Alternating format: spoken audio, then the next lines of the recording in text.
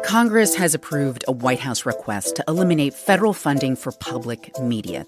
NPR remains committed to our mission of informing the public, increasing your understanding of the world, and enriching everyday life. But without federal funding, we are relying on your support now more than ever. Please give today at donate.npr.org.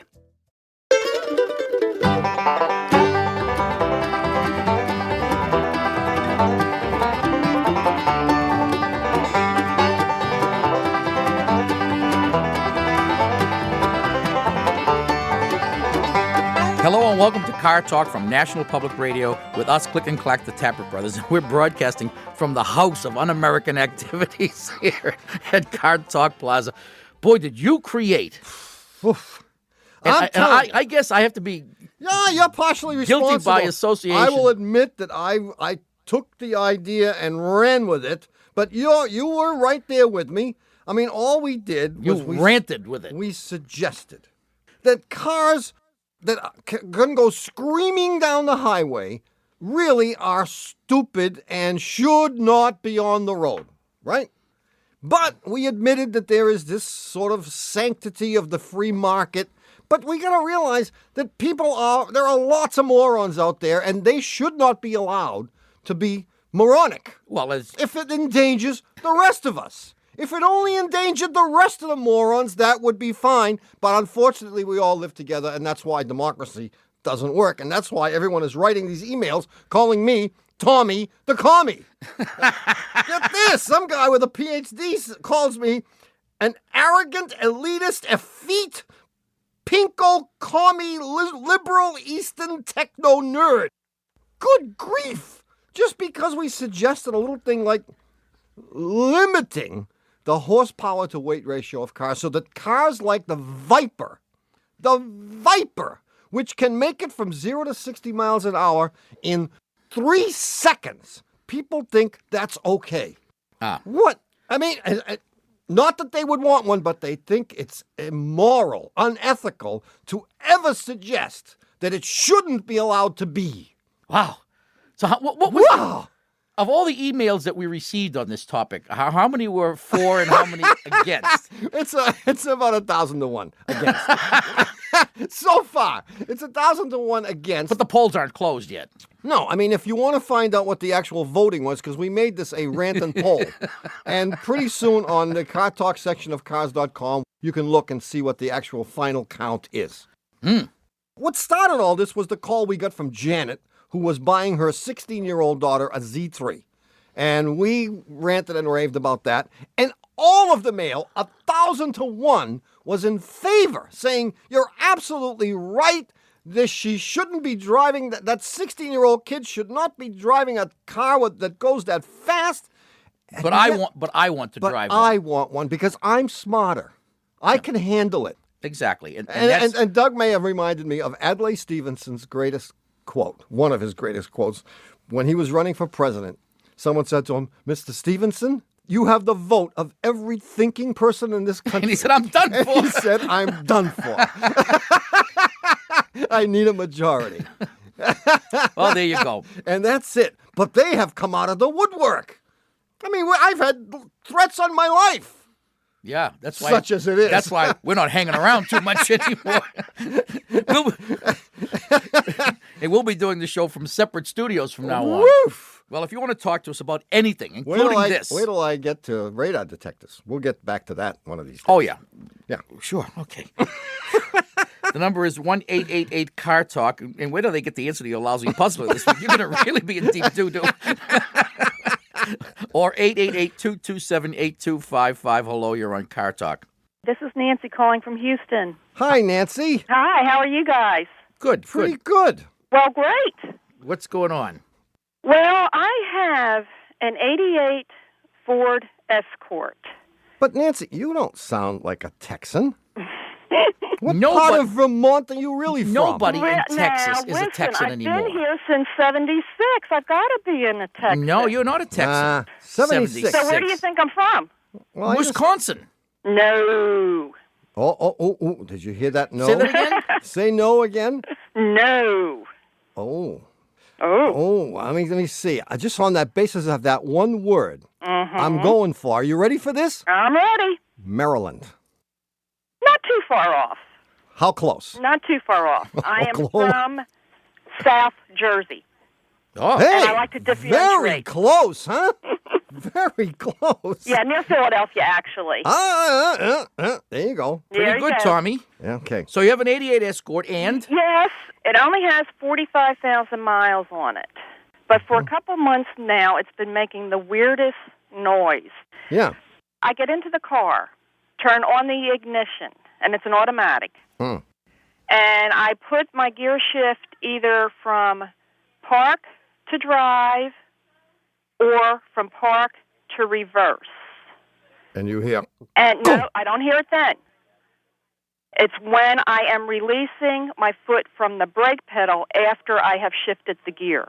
Yeah. And it makes like I don't know how to describe it exactly, except it could be like a popping noise. Popping noise. A popping noise. So you don't have to be stepping on the gas. No, I'm not stepping on the gas. It happens as I am releasing the brake after I've put it in gear. You got to do the noise because I don't understand it. Well, gosh. Like a pop. Like something's popping in or popping out of something. Does it ever, well, if it makes this noise when you release the brake, does it not make the noise then when you come to a stop? Correct. That was the next thing I was going to tell you. If the car is already in motion and I'm coming to a stoplight or a stop sign, no noise. Only that first time in the morning. Only if I'm getting in to start the car. In the morning, in the afternoon, in the evening, whenever it is.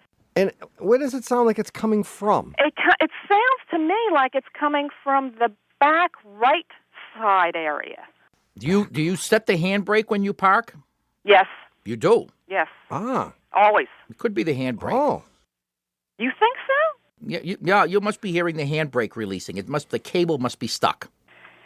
Or Handbrake sticking. releasing cable. Yeah, may well, here's be what you stuck. do. For the next week or so, don't set the handbrake. Just put it in park. No one else with an automatic does. I mean, there are no hills in Texas anyway. Not in Houston. Not in Not in no. Houston, certainly. So you don't have to worry about the car rolling away. I mean, You'd be lucky if this car rolled away. That's when I learned how to drive, so I've always done that. No, it is, and it's going to take some dedication here to avoid setting the handbrake Okay. because you're Slap my it's hand, second huh? nature to you now, and then for a week, notice what it does, and then Okay. start using the handbrake again and see if the noise comes back, and if it does, have your guy check the right rear e-brake cable. Okay. because even though it only has 45,000 miles on it, it is 10 years old. Yeah, it is 10 years. Well, I mean, it would not be a dangerous thing. Okay. But It's annoying and it's just disturbing. And when you're driving a fine automobile like this 88 Escort, you're sensitive to The all Oh, this. you slightest- think it is a fine automobile? the slightest little idiosyncrasy just drive you up a wall. Yeah. Yeah. Oh, Yeah. yeah. So get this fixed and the car will be perfect. Okay. See you, Nancy. Thanks for Bye-bye. calling, Nancy. Bye. Bye. 1-888-CAR-TALK. That's 888-227-8255. Hello, you're on Car Talk.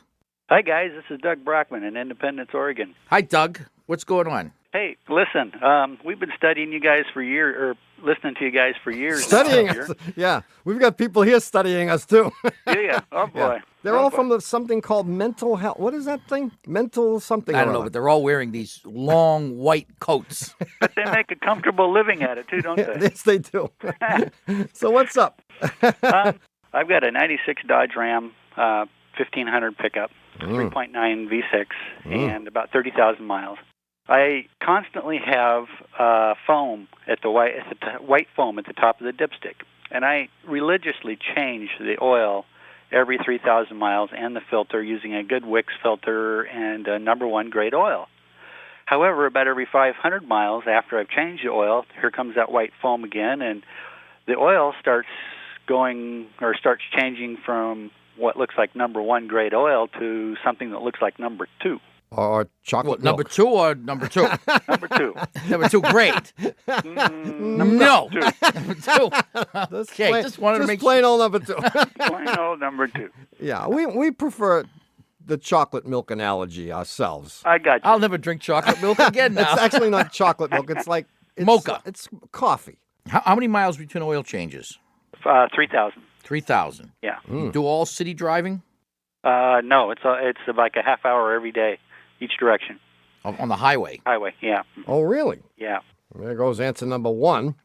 I mean, a lot of times the foam in the oil, the color of the oil is water. Right. And a lot of times, too, it comes from city driving because it doesn't get enough chance to heat up and get rid of all of the moisture, and it ends up in the... And it may be that's what you're seeing in this case, too. It may be that your crankcase ventilation system is not working correctly. Uh-huh. But if that's not the case, and I'd be surprised if it were malfunctioning. Yeah, because it's too new. It's too new. It's also too new to have a cracked block or a cracked cylinder head, but it happens. Okay. But if that were the case, you'd be losing coolant. Mm-hmm. You didn't say anything about that. Nope. It runs great. Here's the problem. Mm-hmm. Here's the solution, in any case. Okay. Stop doing your own oil changes. Ooh. What? Why? You mean let somebody else? Just drive it. Okay. Yeah? I don't think anything is wrong. Think not, huh? There's nothing wrong with this car. No kidding. No, Doug, trust me on this. I mean, I'm going to trust you because you're my brother, but Doug has perfect right to tell you that. I got my head way. I'll believe you to a point. You've been around a while. Yeah. I mean, usually when that oil changes color, it's because there's water in there. I mean... But it's only the goobla at the top of the dipstick. Yeah, really. It isn't the whole. It isn't all the oil that's changing color. The rest of the oil changes from a nice light brown to black, which is what it should do. And the rest of it at the top of the stick, I would attribute that perhaps to a malfunctioning PCV system, or maybe one that doesn't work quite as well as it should, or more accurately, nothing. Okay.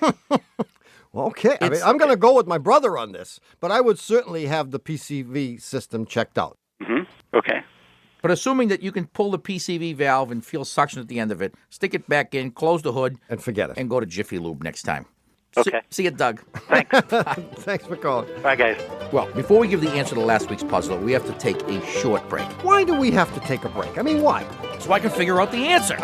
Good. Okay, we'll be back in a minute.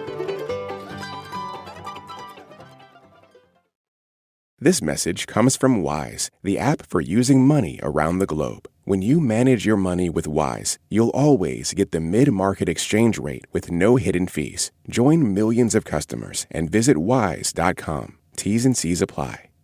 Federal funding for public media has been eliminated, which means decades of support for public radio and television from both political parties is ending. To be clear, NPR isn't going anywhere, but we do need your support. We hope you'll give today to keep rigorous, independent, and irreplaceable news coverage available to everyone free of charge. Make your gift at donate.npr.org, and thank you. This summer on Planet Money Summer School, we're learning about political economy. We're getting into the nitty-gritty of what government does with things like trade, taxes, immigration, and healthcare. So politics and economics, which are taught separately, they shouldn't be separated at all. I think you have to understand one to really appreciate the other. So what is the right amount of government in our lives? Tune into Planet Money Summer School from NPR, wherever you get your podcasts. As AI permeates every aspect of our lives, who are the people behind this huge inflection point? What keeps them up at night? I fear that what it means to be human may suddenly not be our own. We've got a special series from NPR's TED Radio Hour. It's called The Prophets of Technology. What they got right, wrong, and where these pioneers think we're headed next. Listen to the TED Radio Hour wherever you get your podcasts. Hi, we're back. You're listening to Car Talk with us, Click and Clack, the Tappert Brothers, and we're here to talk about cars, car repair.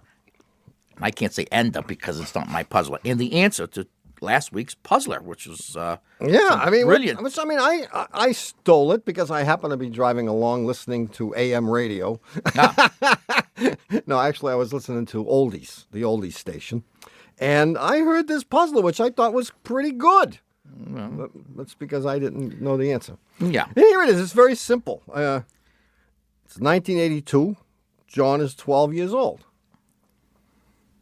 It's 1987. John is 7 years old. How can that be? That was part A. And the hint was this. You notice, by the way, 1982 seems to be before 1987, and you would think, this is for the people who don't understand that there's a puzzler here. You would think that in 1987, 5 years later, John, who was 12 years old, would be 17. There you go. Not 7. It's going backwards. How can this be? And the hint was his name was probably not John. Probably not. Probably not.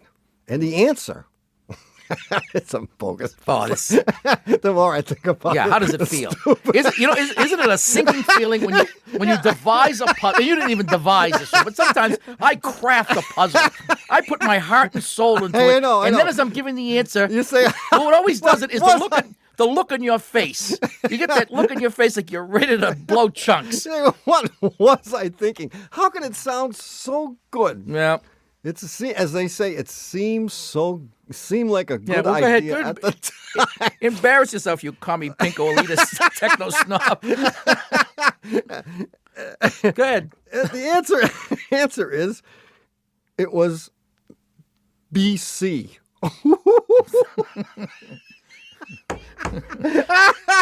Or is it BCE? BCE. BCE. Yeah, BC is no longer politically in the common correct. Common parlance. It was the year 1982 BCE and the year 1987. Yeah, we got it now. No need to belabor it. I think you've beaten. So yeah, okay, we got it. 1982 BCE was 5 years after. Yeah, we got it. I'll give you a piece of advice.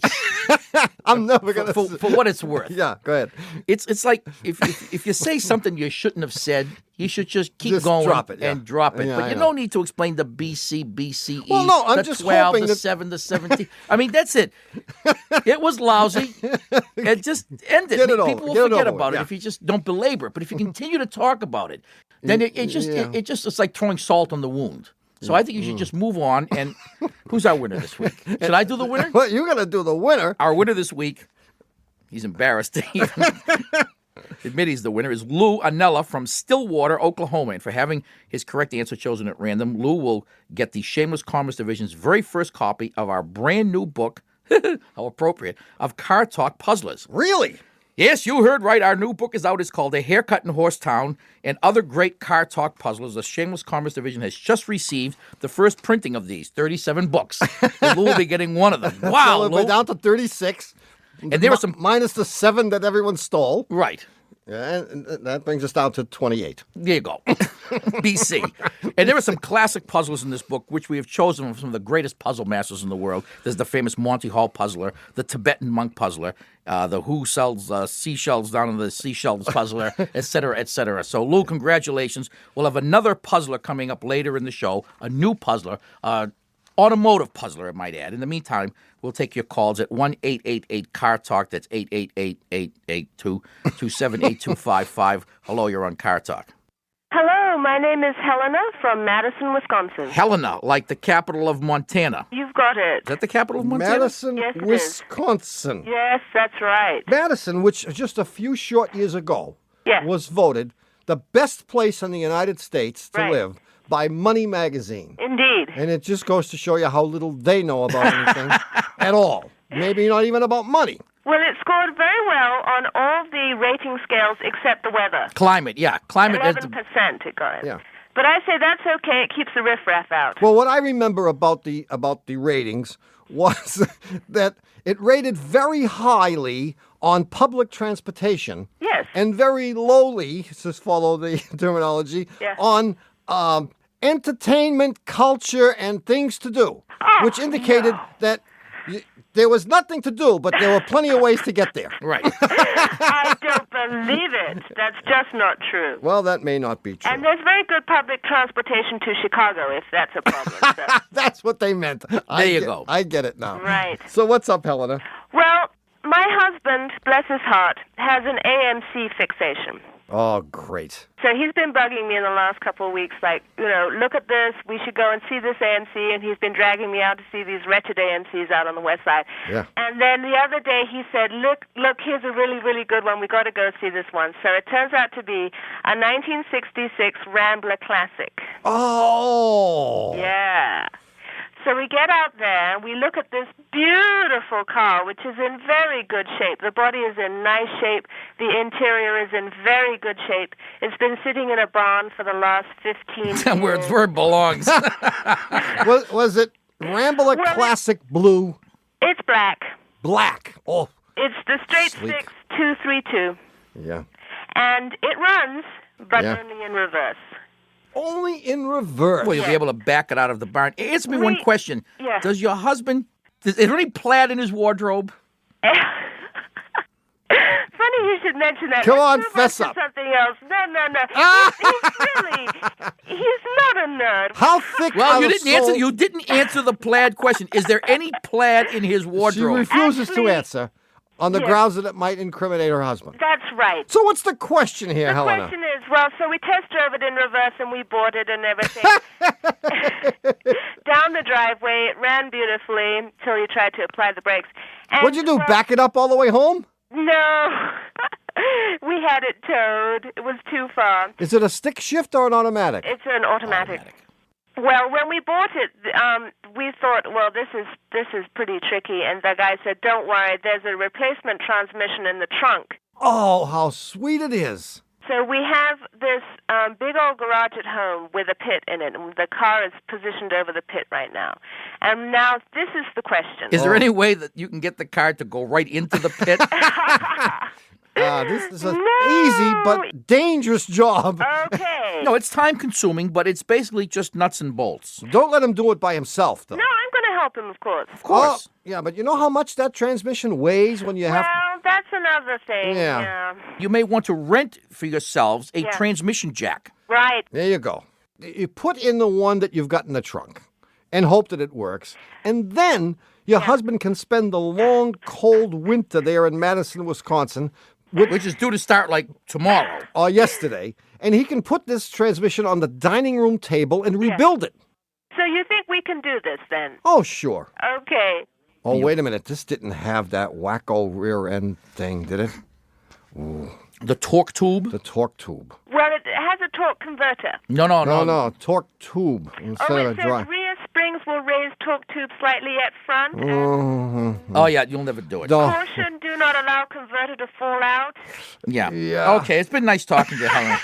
We'll be looking for the obituary in the Madison paper. Wait, see, this car, instead of having a traditional drive shaft, has this thing called a torque tube. Uh-huh. And it doesn't come out nice and easy like a drive shaft does. Do we need it to come out? Oh, yeah. Oh, yeah. Because the transmission won't come out, so it requires... Unless you can cut the car in half. If you find out you can saw the car in half, you can pull out the transmission without taking the rear end out. But I think you're going to have to take the rear end out. Read the book carefully. Yeah, read all the instructions carefully before starting any work. Yeah. Okay. Well, Give it a try. I mean, you know what to do? Xerox the instructions and send them to us, and we'll tell you if you ought to try it at home or not. Send us a self-addressed stamped envelope. How about if I call you in a few weeks when we're halfway through the process? Sure, start first. That's the best way. Yes, because we haven't really started yet. We've had a look at it. But fax us the stuff. Bring your cell phone in case you can't get the transmission off your chest. Yeah, right. Right. See you, I'll call Helena. you from the pit. Call us from the pits. Thank you very much. Bye-bye. All right, it's time to take another short break. Oh, this is so you can, fine-tune the new puzzler that you're coming up with? No, it's so I can check the cricket scores, you dope. We'll be back in a minute.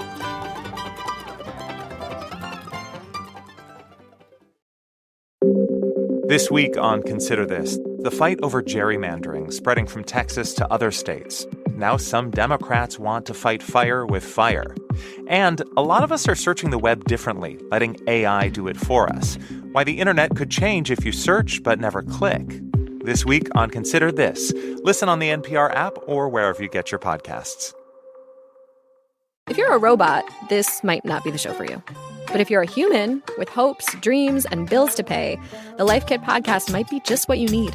3 times a week, Life Kit brings you a fresh set of solutions to help you tackle topics big and small, from how to save money on groceries to how to bring the house down at karaoke. You know, human stuff. Listen to the Life Kit podcast from NPR, presentado por mí, Mariel Segarra. I'm Rachel Martin, host of Wildcard from NPR. I've spent years interviewing all kinds of people, and I've realized there are ideas that we all think about but don't talk about very much. So I made a shortcut, a deck of cards with questions that anyone can answer, questions that go deep into the experiences that shape us. Listen to the Wildcard podcast only from NPR. Do you ever look at political headlines and go, huh? Well, that's exactly why the NPR Politics Podcast exists. We're experts, not just on politics, but in making politics make sense. Every episode, we decode everything that happened in Washington and help you figure out what it all means. Give politics a chance with the NPR Politics Podcast, available wherever you get your podcasts. Hi, it's Terry Gross, host of Fresh Air. I just talked to comic, actor, and podcaster Mark Maron about grief, cats, his early stand-up, and why he's often guarded in relationships. But on his podcast and in front of an audience, he's open and vulnerable. I'm very open-hearted when people are going to leave. You know? Find my interview with Mark Maron wherever you listen to Fresh Air. Hi, we're back. You're listening to Car Talk with us, Click and Clack, the Tapper Brothers, and we're here to discuss cars, car repair, and the new Puzzler. I can hardly wait. Well, this was supplied by Shelley Payne, but I had to fix it because it wasn't really up to. It's your job, man. Really you can't just accept the stuff and read it. It's your job not to fix, but to create. To hone, to fine-tune. Exactly. All right, here it is. Several years ago, my father-in-law, who lives in Minnesota, had trouble with his late-model Cadillac DeVille. His battery kept dying every couple of days. He would get it jump-started, and it would run fine for a few days, but then would die again. So he took it to the dealership. They checked it out. They couldn't find anything wrong. Really? One morning, after there had been several inches of snow, he went out, and sure enough, what? The battery was dead. Yeah. So he jump-started it, and he was bummed out. He went into town to get a cup of coffee at the local drugstore. Now, being that he lives in such a small town, he went and parked right in front of the drugstore. And while he was drinking his coffee, he complained to the pharmacist about how his car was driving him nuts. The pharmacist asked, "Is that your car right out there?" And he said, "Want some Prozac? I'm going to slip you some pills in your coffee." Yeah, you won't care. And he said, "Well, yes, that is my car." And the pharmacist said, "I know why your battery is dying." Wow. The pharmacist said that. The pharmacist. The pharmacist. Now, it has nothing to do with his being a pharmacist. Don't say that. It has everything You'll to do. have people struggling for weeks trying to figure out what the hell does pharmacy have to do with it. You know almost everything the pharmacist knew. Wow. That's the hint. We know almost everything, but do we know the answer? Specific thing that he knew? Not really, no. No, if you did, then we know almost everything, most of which is irrelevant. No. I mean, everything is good. I mean, Minnesota, snow, small town, drugstore, pharmacy, Prozac. Yeah. We got everything. Morning. It was morning. Morning, afternoon, evening.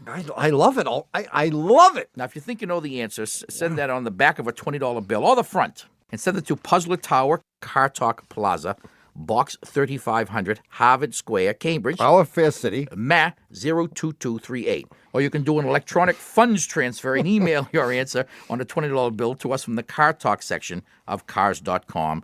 If you'd like to call us, the number is 1-888-CAR-TALK. That's 888-227-8255. Hello, you're on Car Talk. This is Holly Shaner from Vermont. Hi, Holly. Holly. Hi, guys.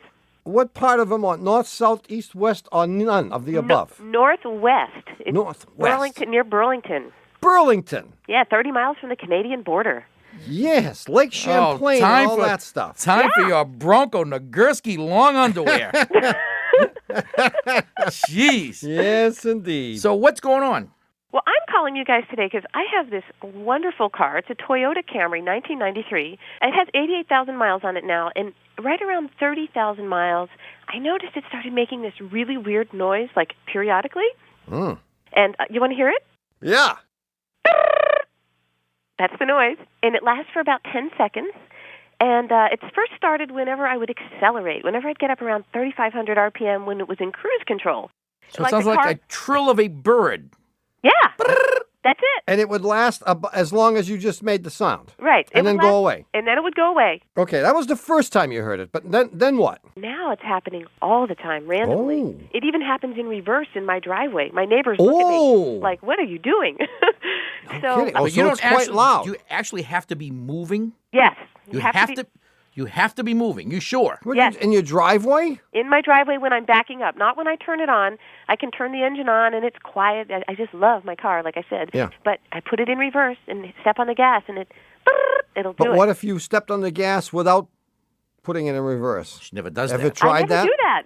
Right, so we don't know. We don't know. I don't really think it does it, but I'll tell Well, you I that. mean, the reason we're grasping at straws here Yeah. is we think it's something benign like a loose heat shield. Yeah, that's what the dealer said one time. And I said, well, if it's loose, tighten it. They're like, well, okay, we did. But then the noise came back. If you're accelerating, Yes. when the noise comes, Uh-huh. if you stopped accelerating and just stayed at that speed, would the noise continue? No, it goes away. It's just a... Yeah, it'll go... It's a heat shield. I And the don't truth is, like if you that. could I don't really... like the heat shield. Shut up. It's all we got. If you could really... The reason it's so fleeting is that it's doing it in a very narrow band of engine RPM. Yes. So it's doing it between 3,200 and 3,220. It was, except when I go in reverse in my driveway. I never get it up that to 3,200 in the driveway. See, I don't like the heat shield. No, because a whole different dynamic is at work when it's in reverse. Oh, tell me. I can't What's tell you that? because I don't know what's going on. But it sounded good, didn't it? Of course, everything is going the other direction. Yeah, no, it's not the heat shield. Okay, I can tell you that. It's not. Make the noise again, Holly. Like that. Are you sure it's as high-pitched as you're making it out to be? Well, I'm Are you sure it couldn't be this? Yeah, it could be that. Does the car have ABS? Yes, it does. Yeah. Could be. The ABS pump coming ABS on. pump coming on. Really? Would happen purely randomly. Yes. It would go. Brr. And it would be most apt to do it when you first started the car in the morning. Yeah. Huh. So that would certainly explain the Here's what you do. driveway. Tomorrow morning, incident. start the engine. Okay. But don't put it in reverse. Sit there in your driveway for a couple of minutes. Don't do anything. Don't touch the gas pedal either. Don't rev it up. Don't turn the radio on. Don't Okay. powder your nose. Okay. And listen to see if you hear the brrr. Okay. And if that's what happens, then my brother might be right. Oh. I'll check that out, and I'll also check out the heat shield theory. Yeah, and have them put it on the lift and run it.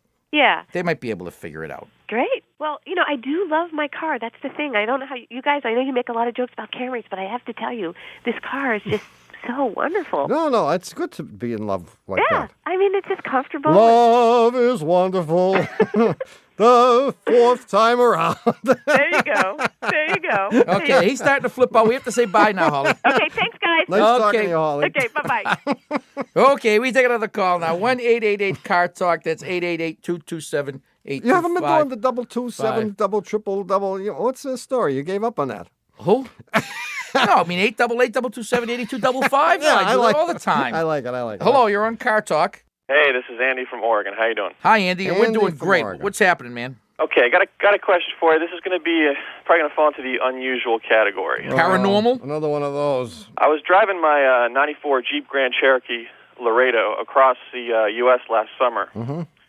and I got to with my girlfriend, and I got to Moab, and boy, it was really hot that day. It was pushing about 95, 100 degrees, and we've been driving around for about 5 hours, taking in the sights, and we had brought water, but it was for us. Uh-huh. So we drank the water, and then my car, on the way back to Moab at the end of the day, started to overheat. Oh. Sure. And that wasn't really evident until my girlfriend noticed steam jettisoning from the front of the hood. Mm-hmm. I mean, when you say jettisoning, you could actually see like a stream of steam coming out from somewhere? No, I wouldn't say like a jet. Wafting. You could see it pluming. Right, Okay, yes. All right. So we pull over, we'll pull out the manual, and we look at that. She's concerned about the loss of fluid, and this is where the question kind of gets ridiculous. We pop the hood, and I just say, hey, let's just let it cool and not worry about it, and we'll just drive very slowly back to town. She says, no, we got to add some water to the radiator, and I say we don't have any water, and we talk about this some more. And Oh, no. Yeah. Not really. Huh? No, go ahead. So she says, add something to it, and I say no, and then she says, well, we've been drinking water all day. Oh, I knew it. I knew it. And I said that is not necessary. We don't need to do that. She said you could probably replace what we lost in steam. And, she's only talking about me. She's not talking in the first person. I had to stand up top there. But it's such a small opening. I mean, how could you aim for that little hole? What are you implying here? So, I mean, you confirmed that the level of fluid in the radiator was low, indeed. Yeah, it was normally you see the green stuff kind of pushed up to the top. Yeah. Okay, it was lower. But see, I would never have done this alone. If I was alone, I would have waited, driven the car into town. But she said no. Let's put the blame on her. Yeah. Well, she's not here right now. Yeah. Well, of course, that's why. The question is, I was pretty dehydrated to begin with, and I, you know how it is when you've been in the desert all day and how it's concentrated. That's right. It sort of has a different viscosity to it. Yeah. Anyways, we drove back to town, and you made it. Yeah. What I want to know is, it hasn't really been operated much since then. The urine is still in there. Yeah, you're worrying about whether it has any corrosive. Yeah, does it? It had a pretty acidic content because I was so dehydrated. Is there any corrosive danger to that in my radiator? And you know what? Boy. Don't tell me to flush the radiator. Okay? Oh, you thought about this, haven't you? I know you guys. I've been trying to figure out what advice you might give me. And I'm going to beat you to the punch. Okay. Well, first of all, it's impossible that you are the first person to ever have done this. Okay. Of course not. So, I mean, we don't really know what the corrosive nature of this liquid, this mystery liquid is. On the other hand, I'm sure that we have many listeners or many visitors to our website who have engaged in this peculiar activity and would be willing to share with us their experiences. I mean, you may go back and find that the Jeep is gone. Yeah, the entire cooling system may have just rotted away. On the other hand, I suspect not. I suspect nothing happened. I mean, you added perhaps a pint to a system that holds probably, 15 quarts. Yeah. Wow. So you didn't add much. And most of what you added was water, believe it or not. Right. On the other hand, they don't make toilets out of porcelain for nothing. Right. That's true. That's true. But what do we know? We need a call. We need advice of a urologist. Exactly. Well, the whole episode leads to an overall broader question, which is, I did go into the manual later, and it talks about, the little plastic reservoir that leads to the radiator? Yeah. They say add a 50-50 solution of approved coolant and water. Yes. Why not just add water all the time? What is in the coolant that makes it so special? Better than water? There's rust inhibitor. There is water pump lubricant. Okay. And there's antifreeze, which didn't matter to you in Moab, but it does matter to us up here in the Great Frozen North. Okay. So that's really the reason. But you didn't dilute the antifreeze. You did not uninhibit the rust inhibitor. You didn't do anything bad. Yeah. Okay. I wouldn't worry about it. But I would flush it. I would definitely flush. You would definitely flush the radiator. And we'll ask our resident chemist, Jim Davis. He knows all about these things. Okay. Now, are you going to post this for me and the other Oh, listeners? yes, we are. Certainly. Okay. Yeah. Well, gentlemen, I want to say thank you for your help. Well, Andy, thank you for being so candid with us and so forthcoming with this information. I'm sure, like I said, there are millions of people that have done this, but you're the only one that has admitted to it. Well, I don't mind admitting to it when you only know my first name. Yeah, well, we'll know everything about you within a few hours. So. Bye-bye. Bye-bye. Bye-bye, Andy. Well, it's happened again. You've squandered another perfectly good hour listening to Car Talk. Our esteemed producer is Doug, the subway fugitive, not a slave to fashion Berman. Our associate producer and dean of the College of Automusicology is Ken Two-Car Garages. Our assistant producer is Catherine Imelda Ray Marcos. Our engineer is Dennis Foley. And our intern is Debbie Uzi Fisher.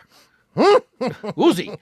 Pretty serious stuff. And, of course, our technical, spiritual, and menu advisor, still on the fall Grand National Pro-Am Free Lunch Tour, is John Bugsy Lawler. Where is Bugsy? I spent the weekend with him on the free lunch tour. What a guy. Our public opinion pollster is Paul Murky of Murky Research, assisted by statistician Margin of Error.